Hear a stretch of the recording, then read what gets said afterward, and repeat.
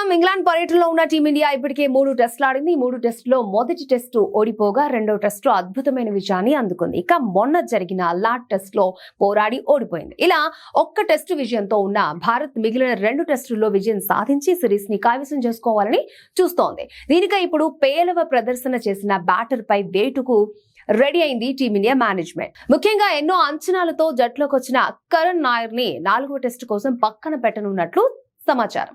సుమారు 7 ఏళ్ల తర్వాత ఎన్నో అంచనాలతో జాతీయ జట్లోకి వచ్చిన కరణ్ నాయర్ ఆశించిన స్థాయిలో ఆకట్టుకోలేకపోయాడు.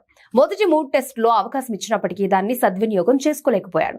జట్టు కష్టాల్లో ఉన్నప్పుడు అండగా ఉండకుండా వికెట్ ఇచ్చేసి పదే ఫెయిల్ అవుతున్నాడు. దీంతో మాంచెస్టర్ లో జరిగే 4వ టెస్టుకు అతని పక్కన పెట్టనున్నట్లు సమాచారం. దీనిపై ఇప్పటికే టీమ్ మేనేజ్మెంట్ చర్యలు తీసుకున్నట్లు తెలుస్తోంది.